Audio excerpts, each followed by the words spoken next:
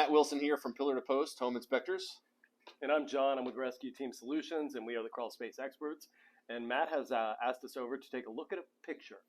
All right, so what we want to look at today is some support jacks. And unfortunately, we see support jacks and different support structures improperly installed under homes quite a bit. So let's walk through a little bit of some that are wrong and some that are right, and kind of take a little bit of the intimidation factor out of it. So when y'all see this on reports, it's not so much of a scary thing. So first up is an example of how not to do it. So John, walk us through a little bit of why this is wrong. There's a lot of things that are going on here that shouldn't be going on. You have two different support structures. You've got the metal support post, and then you have the block structure. Both are leaning in towards each other, and you'll notice that the metal support beam is actually on a leading, it should be a footer, but what it is a cap block, which is a non-structural support that you can, well, it's non-structural, it's a cosmetic finish for a block wall. You buy those at any big box store. They're not correct.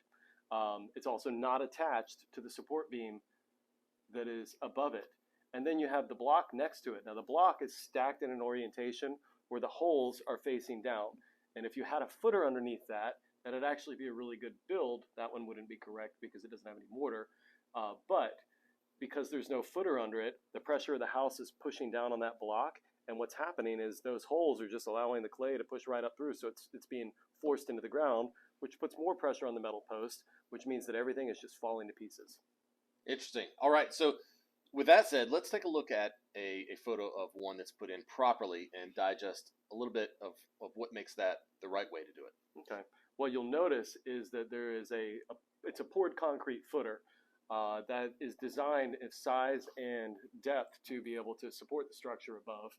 And then there's a metal bracket that's designed by the Simpson Company. It's a Simpson bracket that the 6x6 sits in.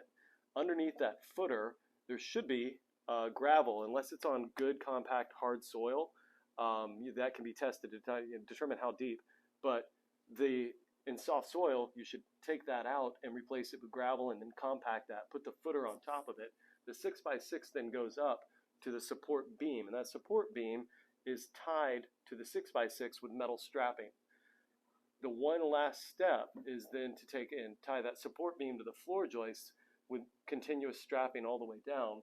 And what that does is that allows for all of the weight of the house to have one continuous load path to the footer and be dispersed.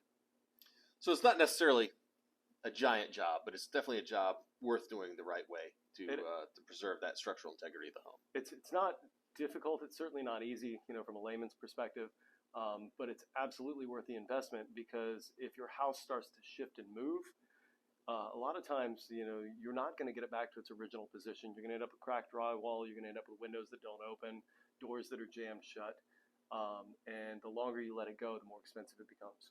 All right. Well, John, thank you. I appreciate it. And hopefully this helps you all out there. Thanks, Matt.